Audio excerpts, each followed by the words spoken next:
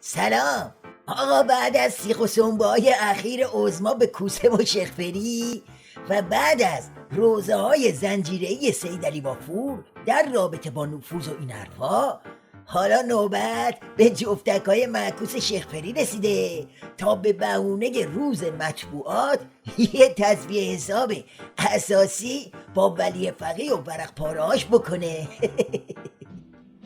مگر قابل تحمل است که در یک کشوری برخی از رسانه ها برای همیشه از تنبیه و توقیف و تعطیل و تهدید برای همیشه مصون باشند و یک حاشیه امنیتی دائمی برای اونها مقرر شده باشد که نه تنها هرچه میخواهند بگویند، بلکه گاهی هم به عنوان پلیس مخفی عمل کنند. شما از برخی از نشریات میفهمید فردا کی دستگیر میشه، فردا کجا تعطیل میشه. نیازی به این همه فک جنبونی نبود. یه کلمه میگفتی کیهان شریعت نداری، دوزاری همه طرف حسابا میافتاد. خب حالا که تا اینجا اومدی بگو ببینیم با این ورق پاره‌های باند ولی فقیه که پلیس مخفی هم هست میخوای چه غلطی بکنی؟ برنامه چیه؟ بعضیا با پول ملت هم رسانه‌شون اداره میشه، با پول بیت المال هم اداره میشه. با پول بیت المال و پول حاکمیت علیه افتخار حاکمیت. آها گرفتم. یعنی میخوای یارانشون رو قطع کنی؟ خب دیگه چی؟ یعنی میخوای به جای نق و نوقای نرم افزاری این دفعه میخوای بری تو کار اقدامات سخت افزاری؟ اما شیخ‌پری همه میدونن، خودت هم میدونی که مطبوعات و این حرفا بهونه است. دعوا سر لحاف ملاست، جنگ هژمونیه.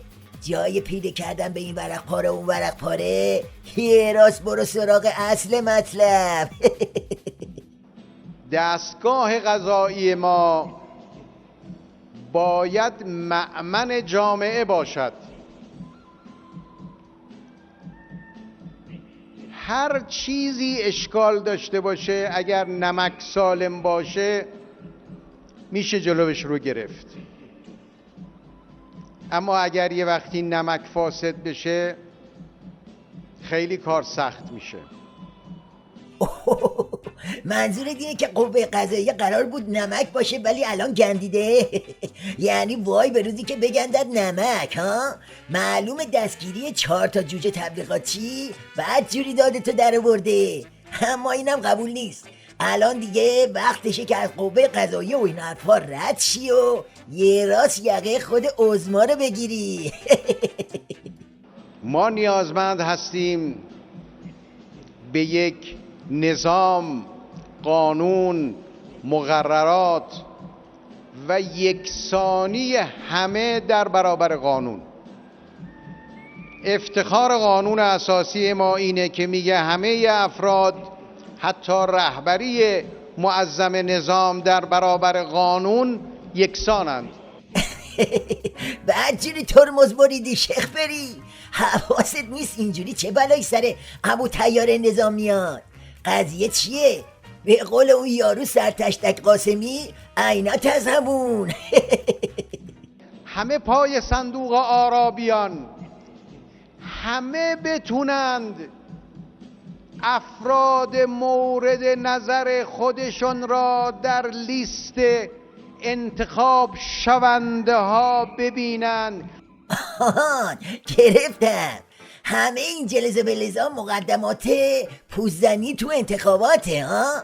حالا گیرم تو انتخاباتم برنده شدی، بعدش چی؟ فکر کردی همه چی تمومه؟ نه بابا، تازه اون موقع دوران پساجر خوردگی شروع میشه. عجب شکافی جون میده واسه موشکافی. رفقا اینا همه فرصتای موشکافی رو از دست ندید. خدا حافظ همگی. زد زیاد.